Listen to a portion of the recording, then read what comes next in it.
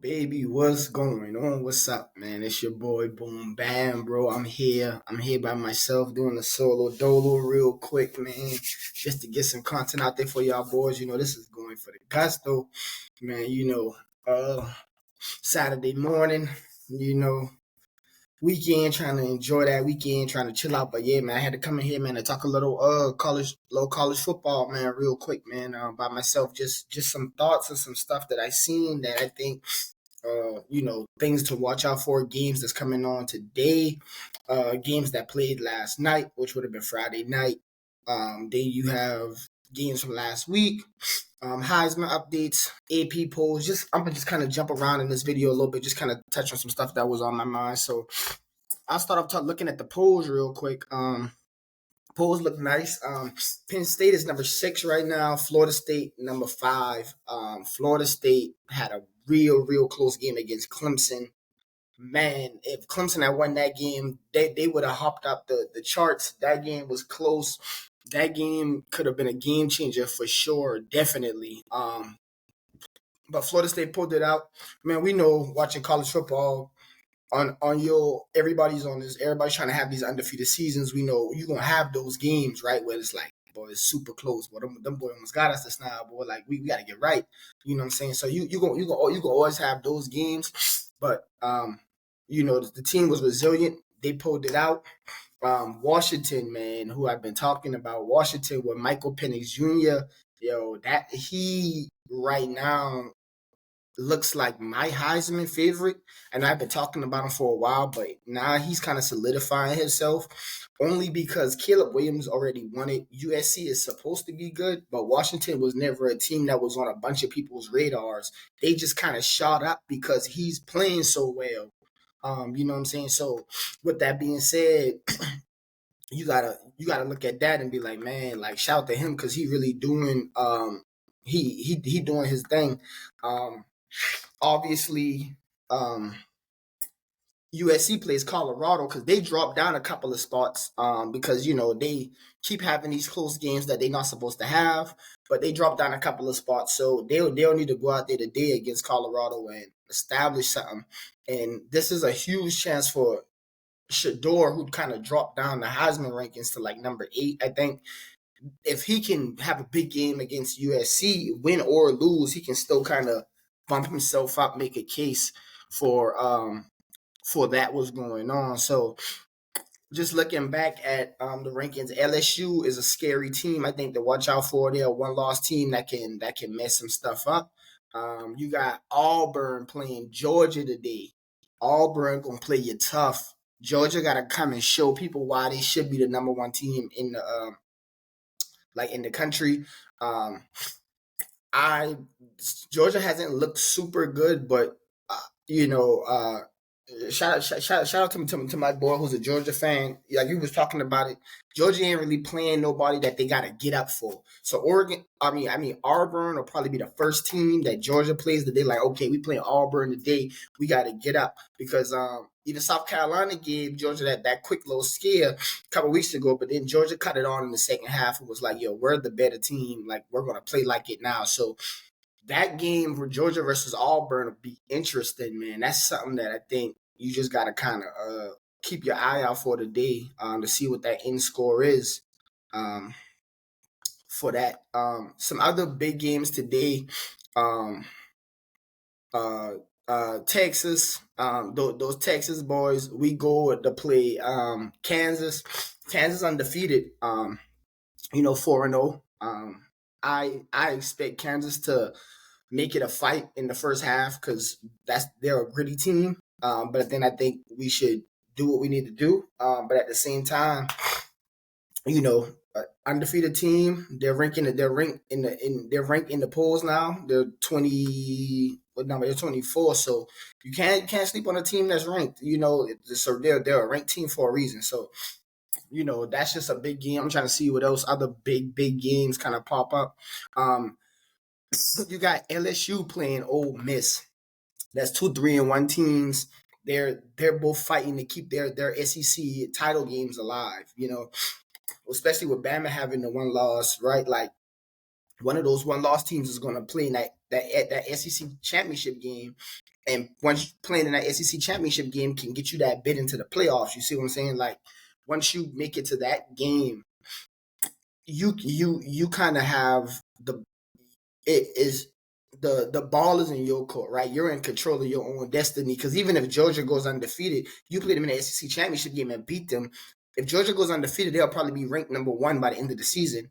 Um, they're going to be ranked at least top three, regardless. So if you beat them, you kind of automatically give yourself a bid into the college football playoff. So these one-loss teams going into these SEC head matchup games, these games are going to start becoming important, right? You gotta pay attention because the winner of these games is going to go a long way for the standings down the road. I'll say this, man. Let's go South Carolina. They play in Tennessee. Um, South Carolina has been they've been fighting, man. Like shout out to them, man, for fighting, man. Like I would love to see them beat Tennessee today, but Tennessee's a good team. Like I mean, like Tennessee's a good team. They can run the ball. They run the ball pretty good. But Spencer Rattler has been playing relatively good. I haven't seen like those crazy, super terrible games he used to play last year, and kind of mix it up. Like he was just kind of playing consistent. So, let's see South Carolina like go get a win and then turn this season into a more positive because right now the 2-2.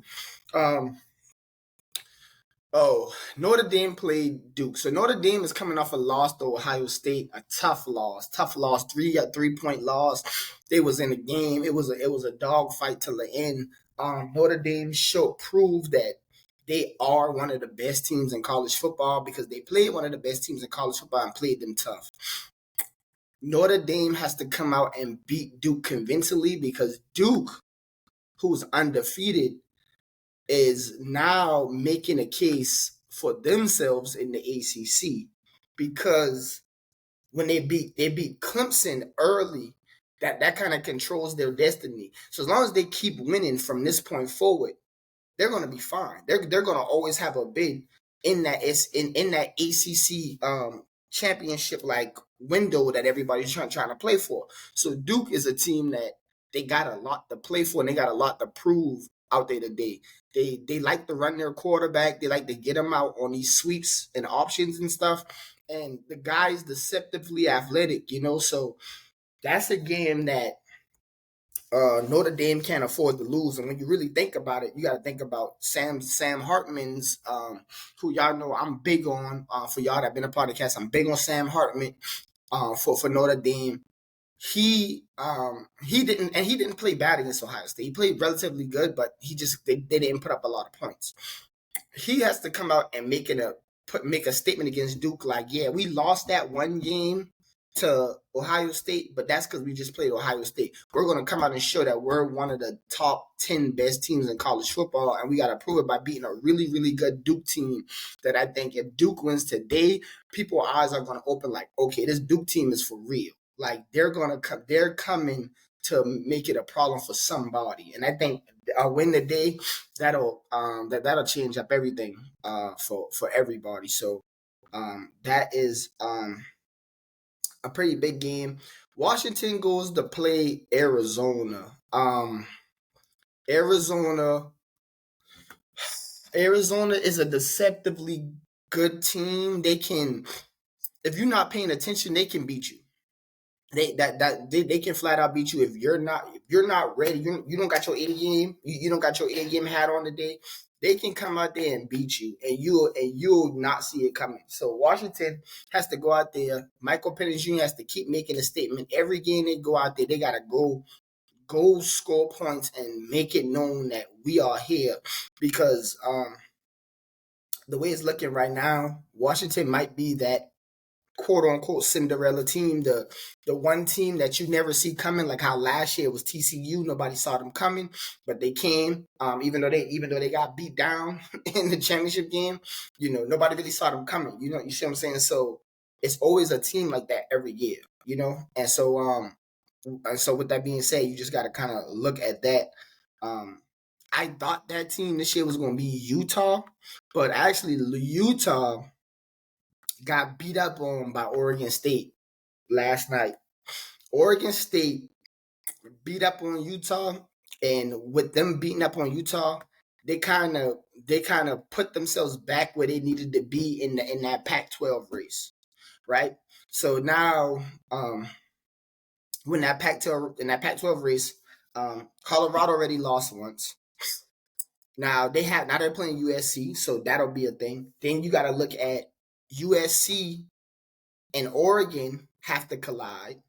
USC has to collide with Washington, so it's going to be a lot of one loss teams. So even if one of them ends up undefeated, you're going to have a one loss team trying to fight for that Pac-12 championship. And even though we know the Pac-12 is about to be gone, college football doesn't really care about the Pac-12. A lot of those teams are leaving and go to bigger conferences. If the Pac-12 was playing like how they're playing currently, teams would have been leaving their conference to join the Pac-12. But because in the previous years, the Pac-12 they didn't put out the good tape. They didn't look like good teams, especially when they went up against other conferences. They looked relatively bad. Now the Pac-12 is where it's at. You see what I'm saying? You can't really do nothing about that.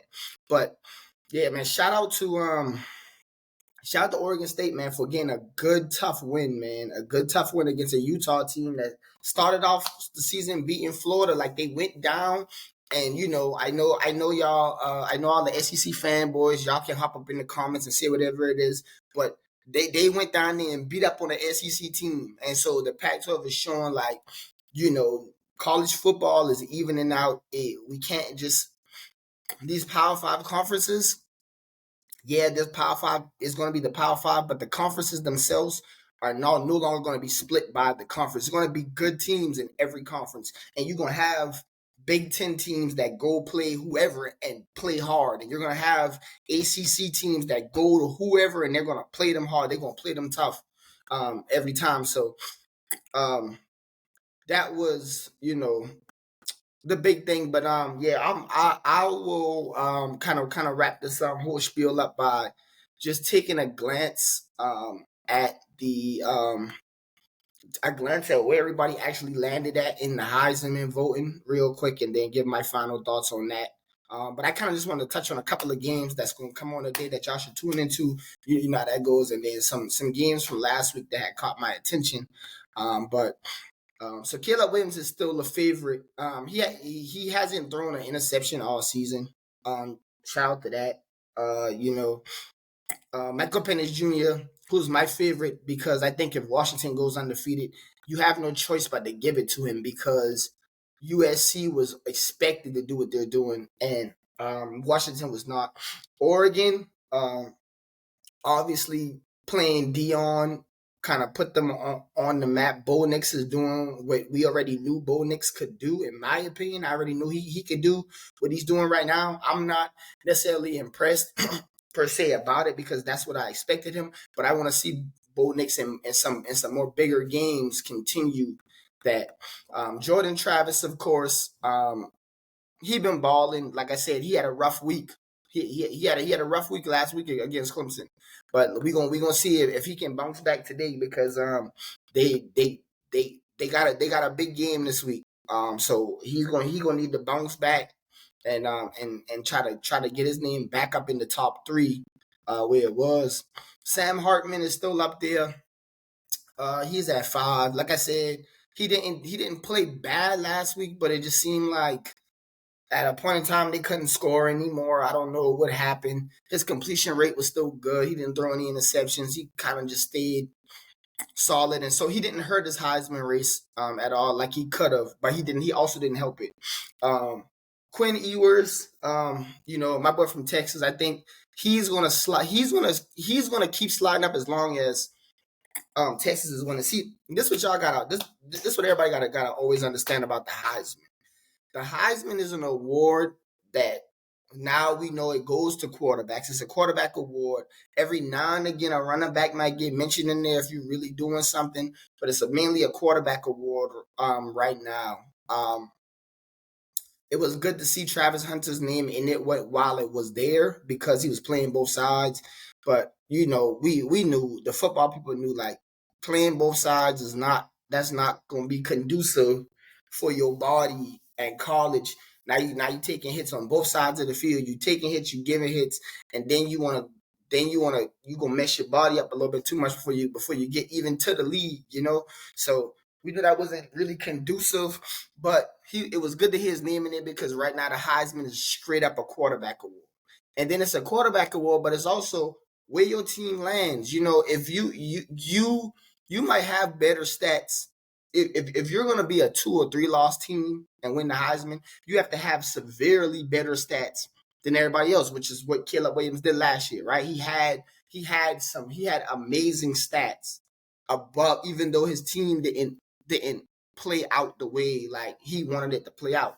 So that's the main thing. So when you get to like quarterbacks 5 through 8, Quinn Ewers, JJ McCarthy for Michigan, who's going to also, like I said, he's going to be up there because his team is ranked number 2, Texas ranked number 3, and then you got Shedeur Sanders. And so, like I said, whichever one of these quarterbacks is going to win the Heisman, it's definitely going to win it's going to come down to the wins and losses of your team, and then it's going to come down to those head-to-head matchups. And so a lot of people on these lists still have to play each other. Bo Nix versus Caleb Williams versus Michael Penix Jr. You know what I'm saying? We going to get to see these clashes. And if all these teams keep playing good, well, all of them can't, but we going to get to see these Heisman clashes in the postseason, right? Like, if right now Michigan and Texas, they're on a collision course. They're 2-3, right? So then you would get to see JJ McCarthy go up against Quinn Ewers and just say, all right, head to head, let's do this. Let's see who's the best. So y'all keep tuning into the games. Y'all keep letting us know what y'all think in the comment section. Shout out to the squad who couldn't be here today, man. Yeah, man. Like, it's not about love, man. We appreciate it. Y'all always like, comment, subscribe. I will always try to make sure we can get some content out to y'all. Like I said, we're open to any ideas, any platforms y'all want us to be on that we're not on right now. We want to get on them. And then any ideas y'all got for any videos, man. Like I said, it's football. I'm enjoying the season. We're here to talk about it. Good, bad, or ugly, man. So thank y'all so much, man. I appreciate it. I'm out.